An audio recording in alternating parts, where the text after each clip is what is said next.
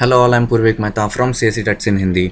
हम देख रहे हैं सीरीज़ ऑन लारवेल और हम देख रहे थे वैलिडेशन के बारे में।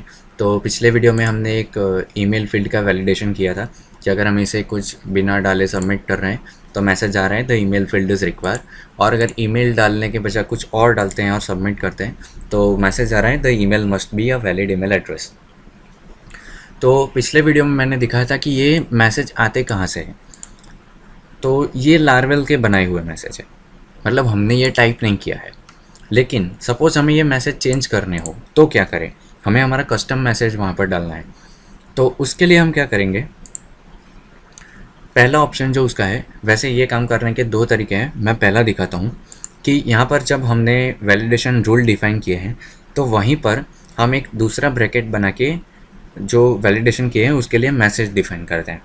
तो वो कैसे है कि ये जो है ब्रैकेट, उसके बाद हम कॉमा लगा के दूसरा स्क्वायर ब्रैकेट ऑन करेंगे, मतलब कि एक एरे बनाएंगे और उसके अंदर ये जो हमने रूल डिफ़ाइन किए हैं ईमेल और रिक्वायर्ड, उनके लिए कस्टम मैसेज डिफ़ाइन करते हैं। तो मैं क्या करता हूँ कि यहाँ कॉमा के बाद एंटर लगा देता हूँ ताकि आपको वो एरे अच्छे से अलग दिखाई दे। तो सबसे पहले हम जो है वो लिखते हैं रिक्वायर्ड के लिए, ठीक है। तो हम क्या करेंगे कि हमारा फील्ड है ईमेल, उसका जो रिक्वायर्ड है उसके लिए मैसेज क्या आना चाहिए। देखिए अभी तक यहाँ पर क्या मैसेज आ रहा है, अगर हम इसको सबमिट करें तो the email field is required. तो हम यहाँ पर कर देते हैं email can not be empty, ठीक है। कॉमा लगा के दूसरा हम यहाँ पर जो वैलिडेशन है उसके लिए मैसेज करते हैं। तो दूसरा है कि वो ईमेल फॉर्मेट में ही होना चाहिए, तो उसका नाम है यहाँ पर ईमेल। तो ईमेल के लिए हम लिखते हैं कि email format is not valid, ठीक है। जबकि अभी क्या आ रहा था यहाँ पर the email must be a valid email address. अब हम इसको सेव कर देते हैं और अब देखते हैं कि क्या आता है।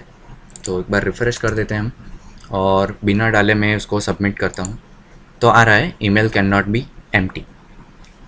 अब यहाँ पर हम कोई इनवैलिड ईमेल डाल देते हैं और सबमिट करते हैं तो email format is not valid. तो ये हमने मैसेज कस्टम कर दिया। अब यहाँ पर क्या है कि ये जो हमने तरीका यूज़ किया इसे कहते हैं लोकल टेक्निक। मतलब क्या कि ये जो हमने कस्टम मैसेजेस बनाए ये सिर्फ अप्लाई हो गए ये कॉन्टेक्ट कंट्रोलर के ऊपर, क्योंकि ये डिफाइन कहाँ पर है, कॉन्टेक्ट कंट्रोलर के अंदर। सो अगर हमारे पास दो कंट्रोलर हैं और दोनों में ईमेल फील्ड है तो ये जो मैसेजेस हैं वो सिर्फ ये कॉन्टेक्ट कंट्रोलर पे ही अप्लाई होंगे, दूसरों पे नहीं होंगे। तो अगर हमें ऐसा करना हो कि ये जो चीज़ें हैं हम कोई एक जगह पे लिख दें और जितने भी कंट्रोलर्स हैं उस पर वो मैसेज अप्लाई हो जाए, तो ऐसा करने का भी लारवेल में तरीका है, ग्लोबली भी हम कर सकते हैं।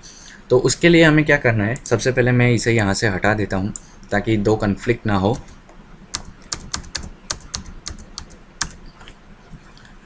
तो ये पहले जैसा मैंने कर दिया। अब हम क्या करते हैं कि हम ये ऐप फोल्डर को बंद कर देंगे और हम जाएंगे रिसोर्सेज में। वहाँ पर आपको लैंग नाम का एक फ़ोल्डर मिलेगा विच इज़ फॉर लैंग्वेज। वहाँ पर आपको EN में जाना है, इंग्लिश। वहाँ पर आपको एक फ़ाइल मिलेगी validation.php। अब ये validation.php में अगर आप नीचे जाओगे तो यहाँ पर आपको एक कस्टम फील्ड दिखेगा। तो यहाँ पर इन लोगों ने एक एरे बनाई हुई है, तो यहाँ पर हम वो चेंज करेंगे। तो वो एट्रीब्यूट नेम की जगह हम कर देते हैं सपोज़ ईमेल। अब ये जो रूल नेम है वो भी हम चेंज कर देंगे। तो सबसे पहले हम यहाँ पर लिखते हैं रिक्वायर्ड के लिए। सो मैं लिखता हूँ रिक्वायर्ड और जो कस्टम मैसेज है वो डाल देता हूँ इट इज़ रिक्वायर्ड। और जो कॉमा करके हम दूसरा रूल देख देते हैं ईमेल के लिए, तो ये हो जाता है कि दिस इज़ नॉट राइट, ठीक है। अब हम उसको चेक करते हैं कि ये हमने जो किया वो वर्क कर रहा है कि नहीं। सो इसको रिफ़्रेश कर लेते हैं, now submit. Okay, fatal error exception in validation dot PHP line 97। Okay, तो मैंने यहाँ पर इसको कंप्लीट नहीं किया था। नाउ सेव, फिर से एक बार इसको रिफ़्रेश करते हैं, नाउ सबमिट।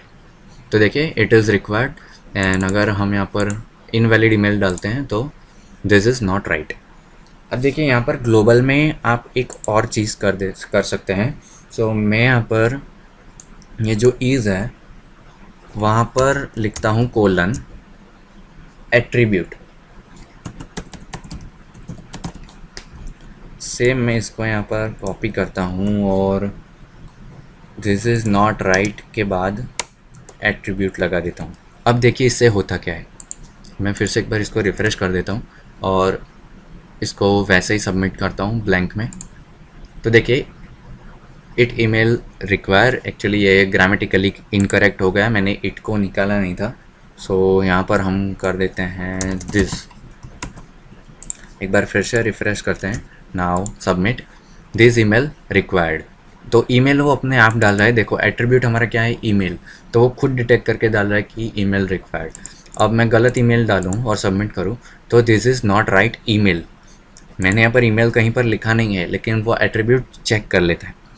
तो ये तरीका हुआ ग्लोबल तरीका, और हमने जो पहले किया था यहाँ पर इस तरह से, वो था लोकल तरीका। मतलब ये करोगे तो सिर्फ यही कंट्रोलर में ये चलेगा, दूसरे कंट्रोलर्स में नहीं चलेगा।